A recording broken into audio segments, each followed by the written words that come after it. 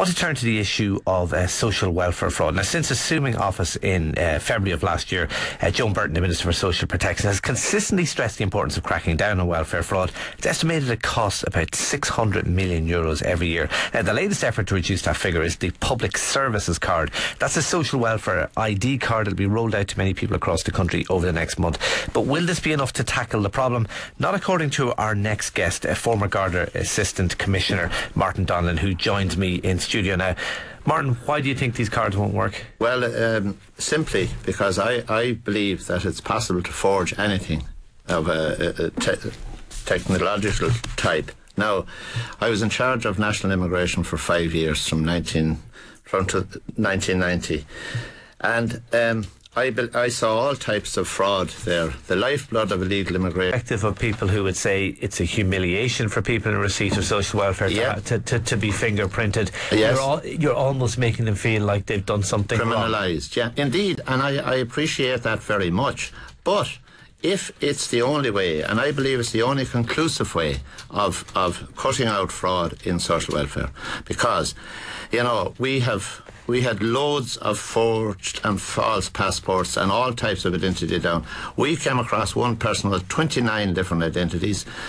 It was normal enough to have 5 or 6 in the immigration field. But I'm not just talking about immigration here. I'm talking about the general public. I saw a recent television programme where an Irish fellow went to Australia for a year, and his brother threw the dole while he was away in Australia for a full year. How would it work? Just very briefly. Very briefly, it would be a computerised fingerprint system, and I even see them on building sites now. Workers just put their finger on a plate, and that will automatically go back to the database and check the identity. So every person. Time you get some kind of social welfare benefit, that they'd have a computerised system there, just a very simple automated. They'd put their 2 fingers on the plate, and that will send it back, and that will check their true identity. I believe that, and I believe that until such time as that is done, there will be plenty of fraud in the social welfare area and other areas. Okay, just before you go, we're almost out of time. I know you wanted to bring up the issue of pressure on Gardaí from politicians to secure convictions on the back of the investigations and the findings of tribunals into white-collar crime. Yes. Well, a tribunal is only a fact-finding procedure to form an opinion based on the lower standard of proof. For example, civil proof. Tribunals are not bound by the rules of evidence that apply in the courts. Hearsay is allowed. And, you know, in the Murphy case laid down the basis for this. And Supreme Court, the Murphy case, tribunals do not establish criminal or civil liability, and tribunals are only opinion-based judgments and are not part of the administration of justice. So in other words, hearsay is allowed at tribunals.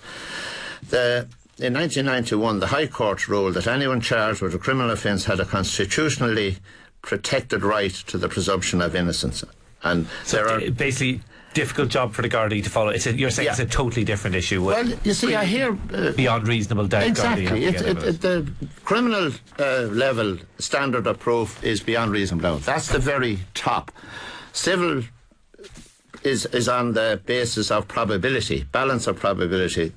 There's a huge difference between the two, and tribunals are even lower than that. And, you know, I hear people talking now about sending the file to the DPP. There's no point in sending the file to the DPP if there's no evidence there. That's absolutely the bottom line here. And, you know, people are tagged as if they had committed criminal offences. OK, we'll leave it there. Martin Donlan, former Garda Assistant Commissioner.